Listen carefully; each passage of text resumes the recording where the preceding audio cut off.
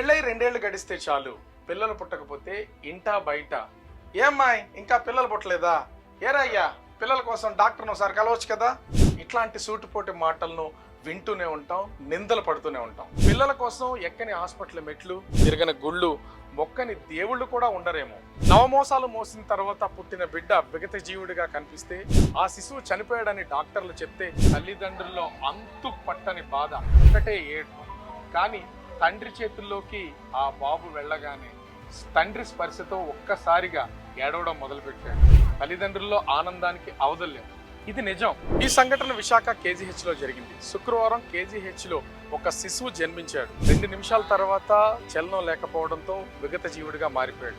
8 గంటలు శ్రమించిన డాక్టర్ల ఫలితం లేదని తేల్చేశారు. శిశువు చనిపోయినట్లు KGH సిబ్బంది రికార్డ్స్ లో నమోదు చేసి మృతదేహాన్ని తండ్రికి అప్పగించారు. చివరిసారిగా ఫోటో దిగుదామని కొడుకుతో సెల్ఫీ దిగుతున్న సమయంలో కదులుతూ శిశువు కనిపించేసరికి ఆ తండ్రి ఆనందానికి అవధుల్లేవు. కొడుకు ఏడవడం చూసిన తండ్రి హాస్పిటల్ సిబ్బందికి ఒక్కసారిగా చెప్పడంతో వాళ్ళు చికిత్స చేయడం మొదలుపెట్టారు. మనసులో కోరిక బలమైనదైతే పోయిన ప్రాణమైనా తిరిగి వస్తుందనడానికి KGH లో జరిగిన ఈ సంఘటన ఓ నిదర్శనం.